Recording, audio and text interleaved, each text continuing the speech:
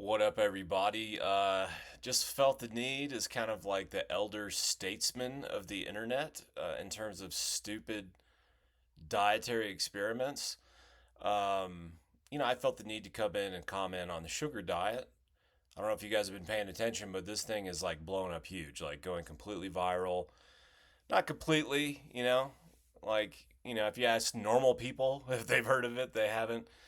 But certainly people who are, health, fitness, nutrition type junkies on the internet, pretty much everybody's starting to hear about this now. And you're seeing a lot of people trying it, a lot of videos, a lot of publicity going on about the sugar diet, which is basically to fast on nothing but sugary foods: juice, fruit, candy, soda, whatever. Just it can be nutritious sugar or non nutritious or a combination of the two.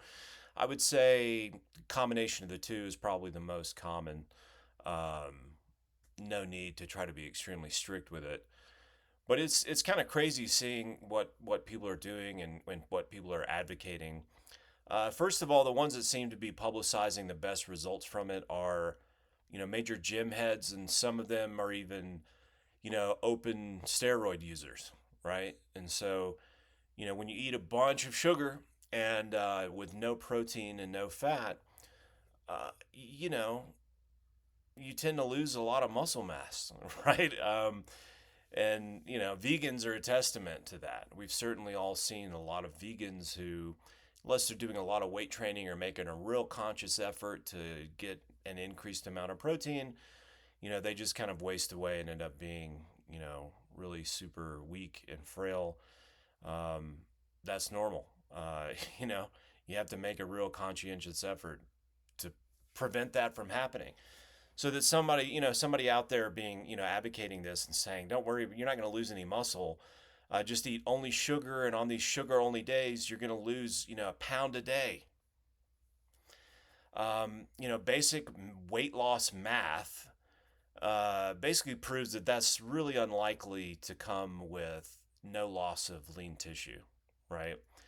So, one interesting thing about weight loss math is that a pound of fat, as we all have heard a million times, has 3,500 calories in it.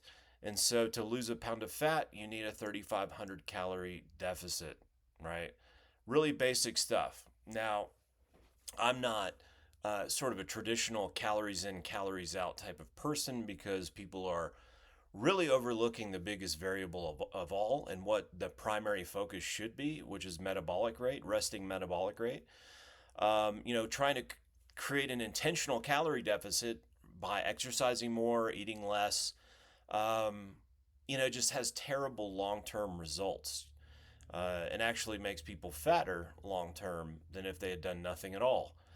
And so it's a short term fix, and it's, a terrible long term strategy to lose weight. And it's how a lot of people go from having a small weight problem to having serious obesity, right? Any kind of intentional calorie deficit, no matter how you do it, almost eventually goes to the same destination.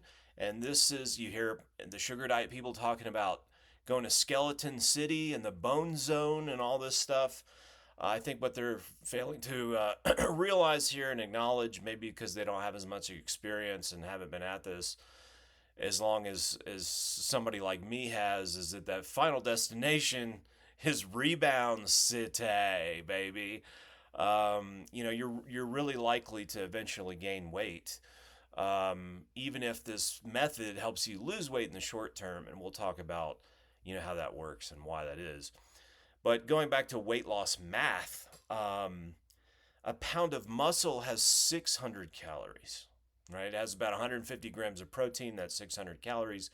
The rest of it's water, a little bit of glycogen, and that's what's in a pound of muscle. So you can have a 1,200 calorie deficit, and if you're not eating any protein at all, you could lose, if you were to lose 100% lean tissue and no body fat at all, you could lose 2 pounds a day, right?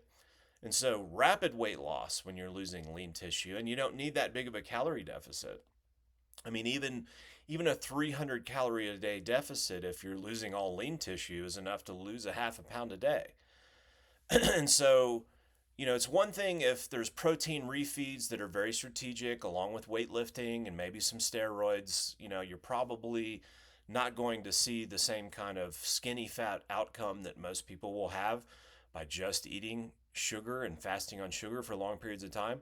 Like what Cole is advocating for people who are very overweight is to just only fast on sugar every day, day after day, for 30 days, 100 days, whatever, as if no one could ever possibly lose any lean mass eating this way. Secondly, people who aren't accustomed to doing this kind of thing, they're not gonna, they're just gonna spontaneously eat a lot fewer calories.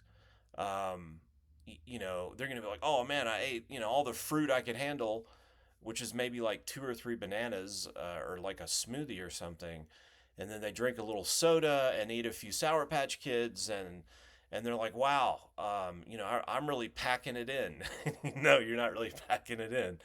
You're not eating many calories at all. And I mean, this is crazy that this is becoming such a phase and a fad because I mean, where was everyone during the Durian Rider and Freely phase? I mean, didn't everyone who was interested in health and better body composition, at least at some point, try either a juice fast or Banana Island, where you eat just nothing but bananas? But I mean, we're talking about, they were advocating 30 bananas a day because a banana has about 100 calories and getting 3,000 calories a day. They were really, what separated them from everyone else is that they were just encouraging people to eat enough because they knew not eating enough was a recipe for disaster.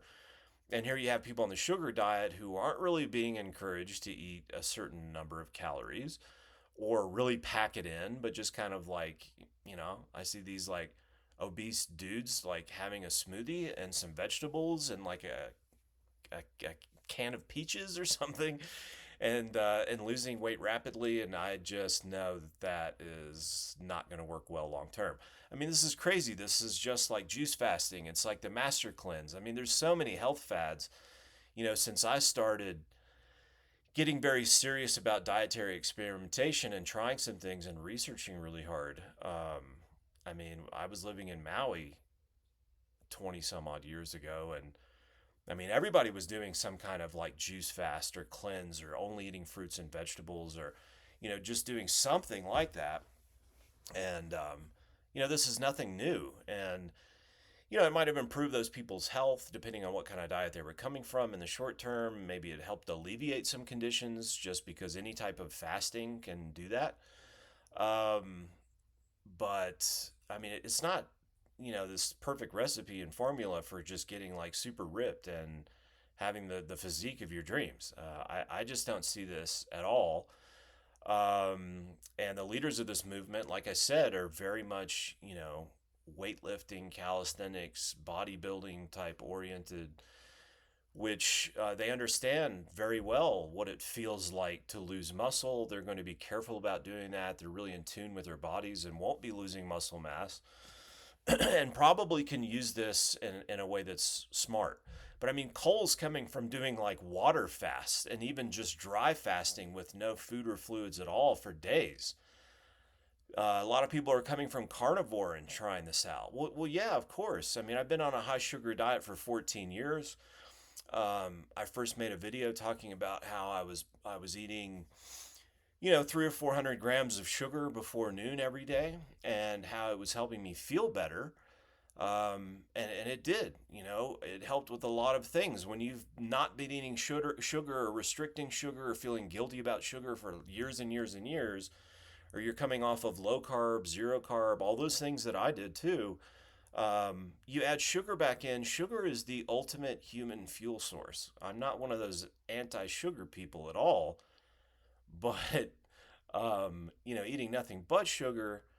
I was eating I tried the most recently. I don't know. I could tell horror story after horror story, but the most recent thing that I did where I was kind of like juice fasting, I was doing because I got a lot of fluid in my lungs, which happens if I eat a bunch of vitamin A, which I'm really sensitive to, and that makes me, it starts triggering my allergies to the dog, which I live with a dog now. And in the dead of winter, if I make a mistake and get a bunch of fluid in my lungs, there's no way to get it out unless I'm like absolute like fasting, something like that can help me like pull out of it faster. And so, I was like juice fasting for a few days, like mostly on apple juice and Gatorade. And yeah, I started getting like this real anxious feeling in my throat and like pain right in here. And it like my heart would flutter and I would feel funky like all in this area every time I got my heart rate up over about 140. And so like at the gym, like I would be going and then the heart rate hits around 140 and I'd get this like really scary feeling. And, I went to a doctor and I had scans done and all that kind of stuff. And it took me about 2 months of just eating normally before I got over that. And that was like a 3 day juice fast. So to think that just fasting on sugar, there's no danger to doing that at all is crazy. My body has no tolerance for doing something like that. I'm a pretty sensitive person. I can't do extreme anything anymore after doing all the extreme things that I have tried, without getting immediate severe repercussions. And so that was just one case in point. A couple years ago, my gallbladder was bothering me, and I thought that going really low in fat would help with that. And it gave me short term relief, but made me more sensitive. So anytime I would eat anything that had any fat, I would be like, which was a bad deal. Like it wasn't actually solving the problem. But I went really, really low in fat because of that after having a severe gallbladder attack that just is like the worst thing ever. And I was scared shitless of having a gallbladder attack again. And so I went pretty extreme. I kept my fat under 30 grams a day. And to do that, I started eating a lot of candy, right? To get those extra calories in. So I'm eating lots of Starburst and Skittles, Twizzlers, Swedish Fish, and I was losing maybe a pound or a pound and a half a month doing that, which is great. But I was losing a pound or a pound and a half a month before I was doing that. I was losing a pound or a pound and a half a month after doing that. So there was really nothing special about it for me personally. But my teeth, like one day, like crunch and like part of my tooth just fell off. And then I had another like cavity. So I got cavities for the first time since I was like 13, in pretty short order, like within a matter of months of eating like this really high sugar diet. And, you know, super, super high sugar, where like 40 to 50% of my calories are coming from sugar and keeping my fat really, really low. So as soon as I, ate normal again and add fat and, protein and stuff more back into my diet, I was fine. And after my gallbladder adjusted after a couple weeks, I felt better. My gallbladder was even better eating higher fat. And these days, like I'm just crushing food. I'm training really hard. I'm getting ready for summer. You can see I'm in my like gear closet here. I got a big backpacking trip coming up in just 4 weeks, and yeah, I've been tracking various things to track my fitness. My uphill climbing speed is up over 50% since December. So I mean, I'm making huge progress and really enjoying that. I'm doing some weightlifting and making huge progress, in terms of like weights that I'm doing with deadlift and squat and things like that. So everything's trending really well, and I'm crushing food. I'm like 4,000 calories a day, and it's helping my gallbladder, which is feeling amazing. Even though I'm just eating like tons of fat, like really greasy hash browns in the morning every day, and stuff like that. Like we just went through 3 liters of olive oil in less than a month for 3 people, and I'm eating at least half, if not more than half, of the food that we buy. So, yeah, I mean, I'm eating all the macronutrients and doing well, and I'm just doing a different experiment. I'm really trying to see, um, if I can completely resolve the rest of my weight issues. I feel like I'm about halfway there from when I was at my heaviest. Trying to see if I can resolve those from being vitamin A free. People who've gone vitamin A free have reported, easy, effortless, spontaneous weight loss after doing it for a year or two. And so I'm giving it a try too to see if I have the same experience. But those people often eat a very limited, repetitive diet. which can trigger weight loss. I want to make sure that it's truly something magical happening with the metabolism and the body in general from being vitamin A free for an extended period of time. So, anyway, about 6 months into that, haven't lost any weight at all. I'm not expecting to until I can get my blood levels of vitamin A down, which will only happen after I get my liver pretty clear of vitamin A, which this is a huge undertaking that takes a really, really long time. So, but I want to make sure that it's not happening because I'm eating less because my diet's boring. My diet's not boring at all. Like I'm eating like awesome food and keeping it, lots of processed food, hyper palatable food, tons of like breakfast cereal, tons of like, I mean, tons of food, burgers all the time. I'm like a high sugar. I'm on the high sugar burgertarian diet, basically. Yeah, I don't know if I'll be able to sell that. But anyway, I did want to say that I have advocated for quite a while. I've recommended to some people, hey, if you're trying to increase your metabolism and just kind of lose weight naturally and effortlessly, which is really kind of the only way to lose weight. But if you try that, it's been years not making any progress, and you just feel the need like you got to do something. I have advocated, going super low in fat and super high in carbohydrates.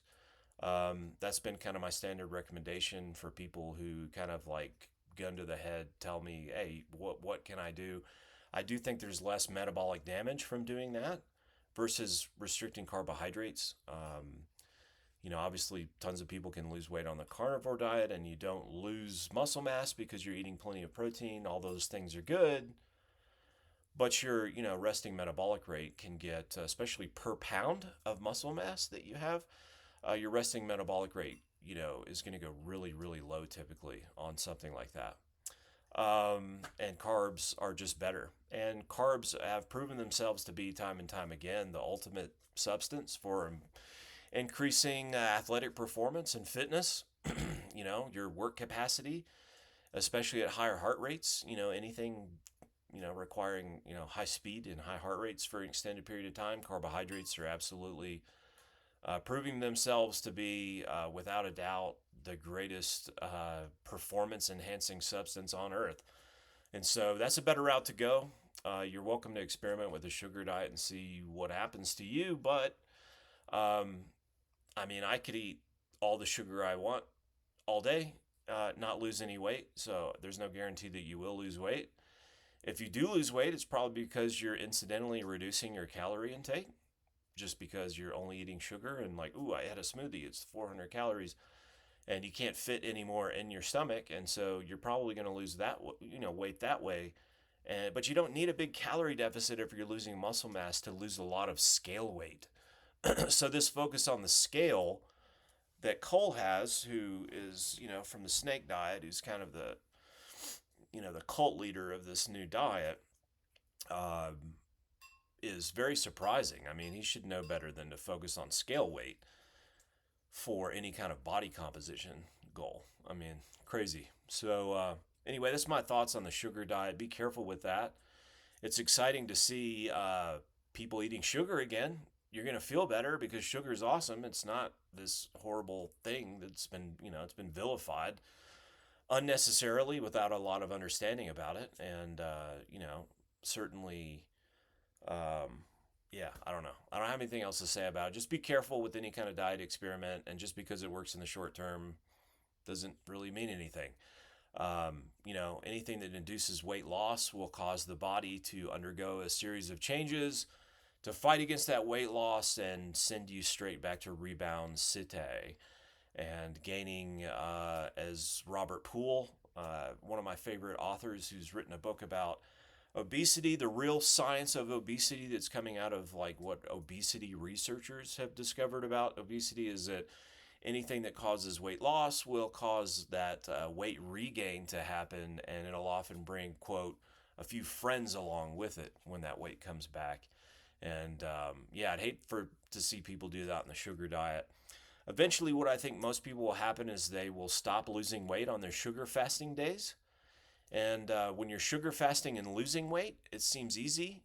and you can stick with it and it's exciting.